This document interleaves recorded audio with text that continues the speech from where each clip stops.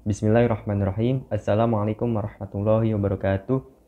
Kami dari kelompok 9 dengan mata kuliah Studi Islam ingin mempresentasikan tugas kami yang berjudul tentang wacana dan pemahaman hadis misoginis. Sebelumnya, anggota kami terdiri dari yang pertama Aska Nailinanda Safitri dengan NIM 112 108 104 kali 123.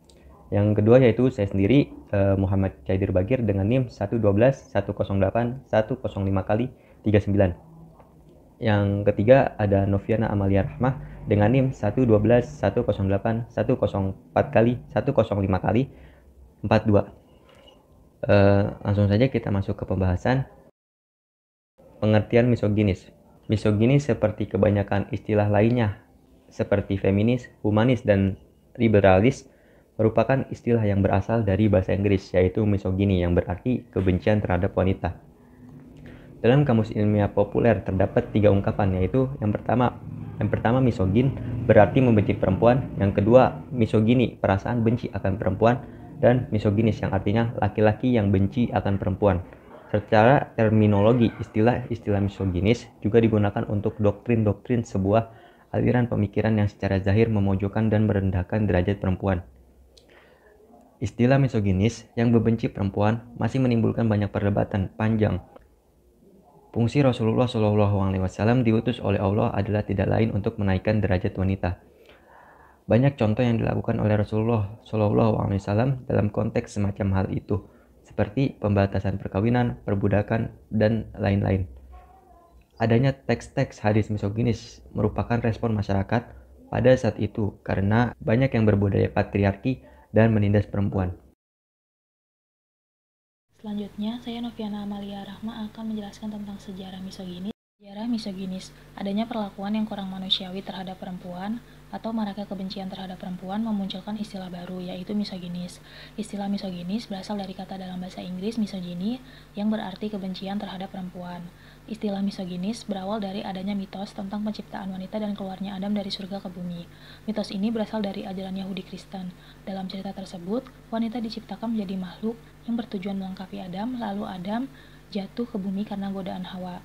Cerita ini melahirkan paham misoginis yang berpengaruh cukup luas di dalam dunia Arab. Hal ini menjadikan sebab munculnya banyak perlakuan kasar dan negatif terhadap wanita. Mitos lainnya yang menjadi akar kebencian terhadap kaum wanita juga bisa dilihat dari penjelasan Haid. Menurut Haid, dalam diri kaum wanita dilekatkan mitos-mitos yang kurang menguntungkan bagi mereka. Mitos ini berasal dari tradisi Judeo-Kristen mengenai kejatuhan manusia dari surga karena kesalahan Eva membujuk Adam untuk memakan buah dari pohon pengetahuan. Perbuatan ini dianggap sebagai akar dari dosa seluruh umat manusia yang disebabkan oleh perbuatan Eva. Mitos yang berasal dari Yunani dikenal mengenai Pandora, wanita pertama di dunia yang membuka kotak terlarang, sehingga menyebarlah benih-benih kejahatan di atas muka bumi ini. Mitos yang berasal dari Cina dikenal dengan dua kekuatan yaitu yin dan yang, berhubungan dengan aspek feminim dan aspek maskulin.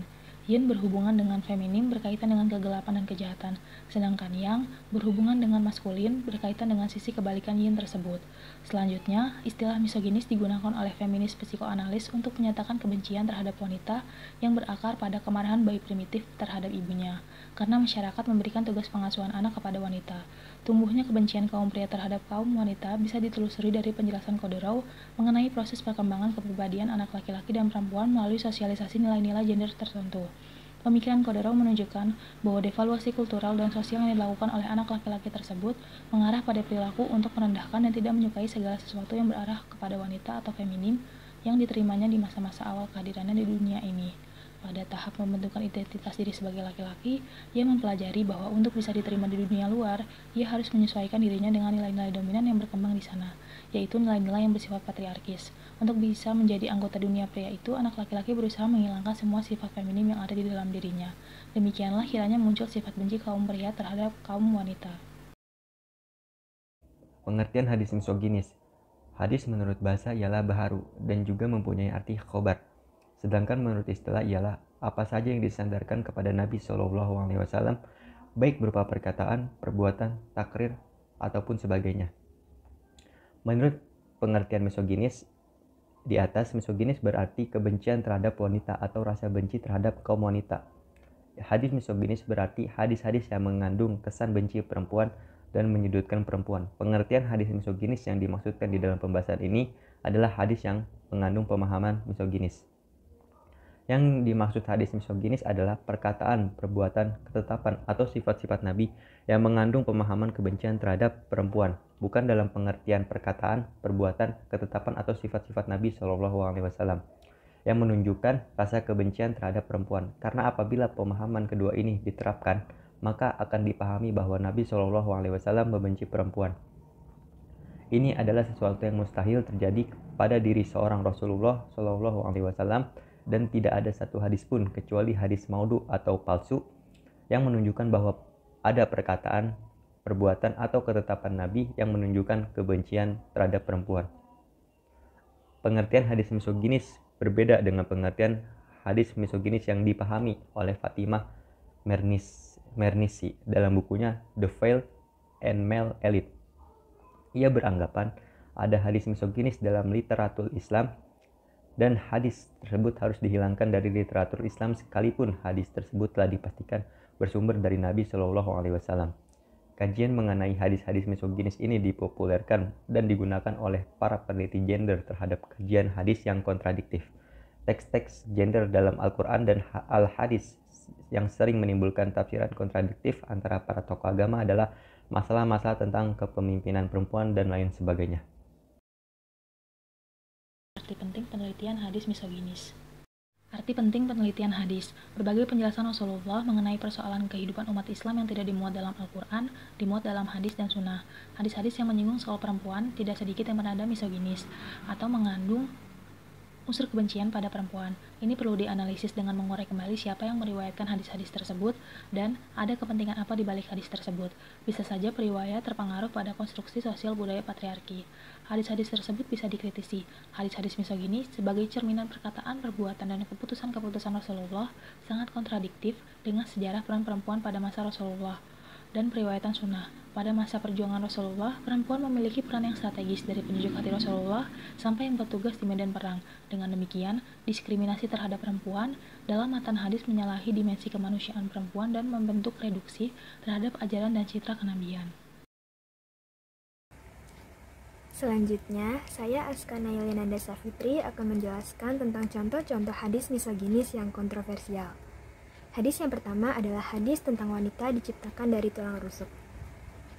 Rasulullah SAW bersabda, "Berwasiatlah kepada para wanita karena wanita itu diciptakan dari tulang rusuk. Dan sesungguhnya tulang rusuk itu yang paling bengkok adalah yang paling atas. Bila kamu ingin meluruskannya, maka kamu harus mematahkannya. Dan bila kamu membiarkannya, maka tetap bengkok. Oleh karena itu, berwasiatlah yang baik kepada wanita." Hadis riwayat Syaihani. Hadis tersebut nampaknya dipahami oleh para ulama terdahulu secara harfiah. Namun, tidak sedikit ulama kontemporer memahaminya secara metaforik.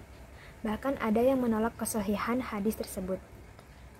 Secara rasional, hadis tersebut bisa didekati dengan dua pendekatan. Pertama, tidak bisa dipahami dengan makna harfiah. Oleh karena itu, diperlukan interpretasi yang bisa dimengerti secara metaforik berisi peringatan kepada kaum pria agar menghadapi kaum wanita dengan bijaksana dan tidak kasar. Hal ini karena kita meyakini bahwa hadis Sahih Bukhari ini sanadnya sahih. Sementara matan hadis Bukhari adalah suatu hadis yang belum tentu qati al-wurud dalalahnya, sehingga bisa saja hadis ini ditolak. Kedua, hadis tersebut tidak diterjemahkan dengan makna harfiah. Misalnya Ibnu Hajar dalam Syarah Bukhari menyatakan bahwa sabda Rasulullah SAW tersebut berkaitan dengan wasiat sehingga ia mengulangi kata wasiat ini dalam satu hadis. Ini menunjukkan bahwa makna tolab mempunyai arti carilah wasiat dari dirimu sendiri sehubungan dengan hak-haknya, atau carilah wasiat dari orang lain tentang wanita. Bahkan dapat diartikan terimalah wasiatku ini tentang wanita dan lakukanlah wasiat ini.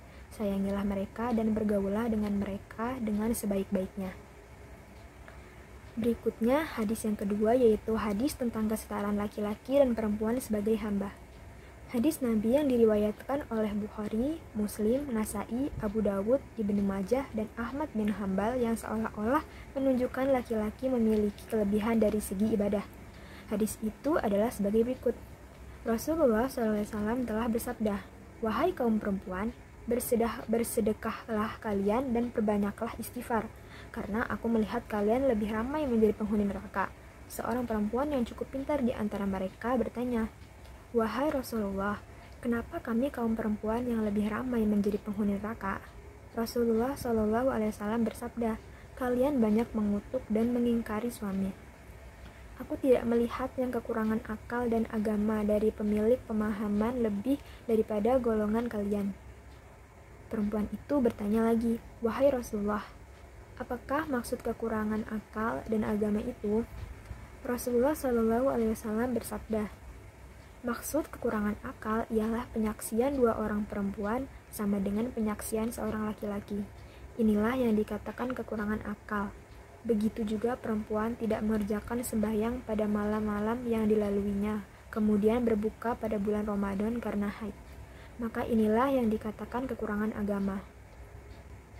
Kata kekurangan akal dan agama dalam hadis ini tidak berarti perempuan secara potensial tidak mampu melampaui prestasi dan kreativitas akal dan ibadah laki-laki.